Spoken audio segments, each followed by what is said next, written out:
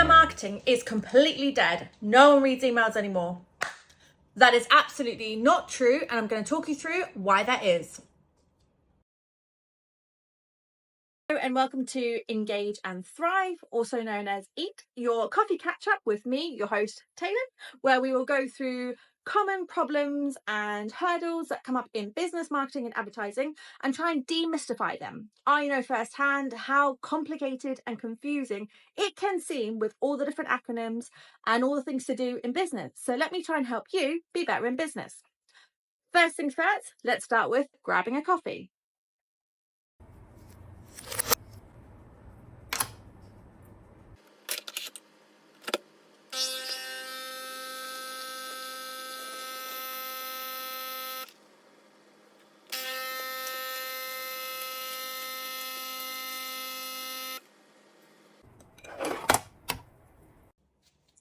Okay, so I'm going to start with why this statement about email marketing is so, I think, the biggest misconception that it's dead. And yes, okay, we all get spammed with lots of emails, but let me just take it back a level.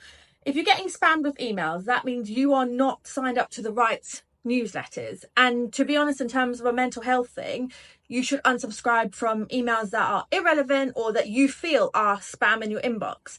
If you then actually go through the newsletters you are getting or that you do engage with, just think about how curated and specific they are. To give you an example, if every social media platform went down today, where is your audience? So we've discussed this previously, and we all know that Instagram has had outages recently and Facebook. And so you've seen like different probably engagement in terms of when they've had their outages. And I mentioned this before about your website, but your email marketing, again, that's your audience and your platform. So you can do what you want with it. So therefore, why would you not want to build that community and that engagement around it? Because it's all yours. As always, we're going to start with acronyms.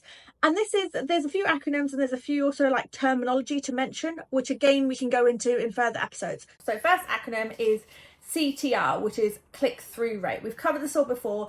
In emails, it's very important because you want to know where people are clicking and if they're clicking through from your email and doing something from it, which also kind of the starting point of another terminology is one called open rate. So it doesn't have an acronym, but it's a terminology. People want to know about how many people opened your email. So did you send 1,000 and only 10 people opened it? What is your open rate of your email? Is it worthwhile you doing it again? Another one is your CTA, so your call to action. So again, when you're talking about your click-through rate, what was your CTA? What was your call to action to get them to do something from your email? Then we would talk about A/B testing. And again, we've covered this one before when we're talking about ads. You can do A/B testing with emails. Then another one you want to think about is your bounce rate. So again, how many emails did you send and get a bounce back? So whether it's to junk or that people, there wasn't like a validity around your email address or your domain, that people then, their server didn't accept it. And the final one is GDPR. Now, GDPR is actually a European policy, so people have to be opted into your email. So you can't just take, an email list of people that you've like downloaded or paid for and send them emails. If anyone is from the European Union and the UK as such, they fall under GDPR. So you need that consent. Okay, now we're going to talk about takeaways. Now, takeaways for this. We're going to talk about, I suppose, fundamentals and strategy of building an email marketing. So one thing you want to think about as your first thing is your subscriber quality. So the best way of explaining this is you want people to unsubscribe. You want to keep refining that email list to get the good quality subscribers. So you shouldn't mind that people unsubscribe to your list, because that means the people that are subscribed, like I was saying earlier about you unsubscribing to other emails, are the people that engaged in your product or service, or are the people that want to hear from you.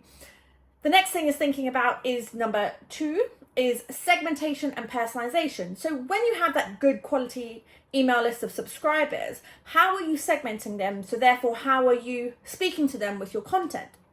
So if I think, for example, running a digital agency and even as an entrepreneur, I might have active clients that I'm sending emails to that are more up to date, refreshed, we have an ongoing conversation.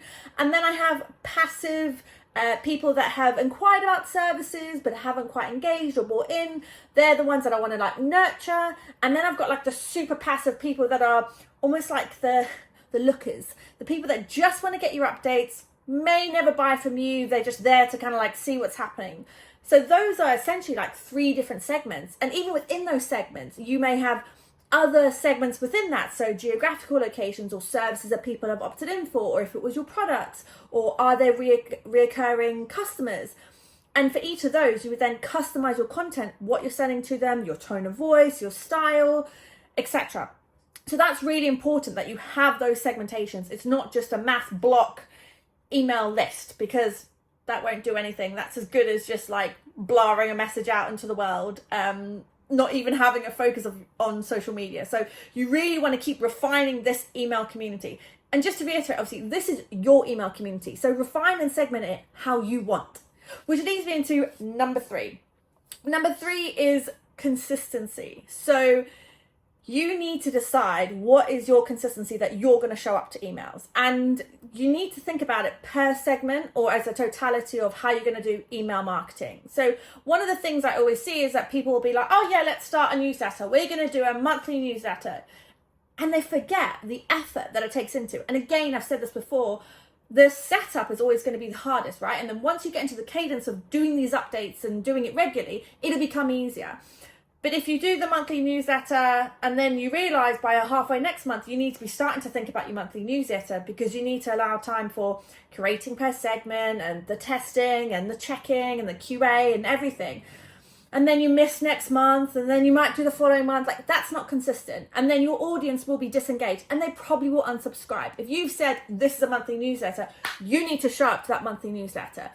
Which is why I say about having the consistency per segment, because it may be easier that you do smaller snippets for your active people, and then for your passive people, you want to do like your quarterly updates or ad hoc when you're releasing a new product or service or whatever it is, or whatever the frequency is. You decide it, but show up and be consistent. Which kind of leads me into number 4, automation.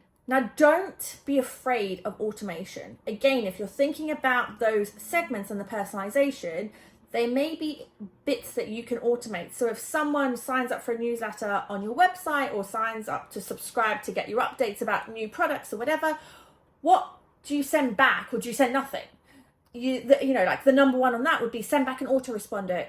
Reiterate who you are, introducing them. Do you have social channels you want them to follow on, or what else do you want them to do? Do you want to make sure that you're not going to their junk? Like, think of that journey and then automate parts of it. The same with when you're thinking about the consistency. Do you take an email and then chunk it up into different parts, and you chunk up your content and therefore send it out as your iterations, but automated, so you're not sitting there every week or every month physically sending that email. And there's lots of different email platforms that you can use for the automations, and you can set up different triggers and people engaged, and it really does depend on your business, your product, your service, your segments, your personalization, because again, this email marketing is yours. There's no like one set rule of it's Facebook, it's YouTube, you need to post in this type of content. Like, email marketing is your audience to customize. So that's kind of like the strategy around email marketing. And to reiterate why email marketing is not dead. If you feel it is dead, then it's likely that you're not doing it right. And if you feel like you're getting spammed by emails, it's likely that you're signed up to the wrong newsletters. But thank you for joining me for another episode of Engage and Thrive, and see you next week with your host, Taelon, for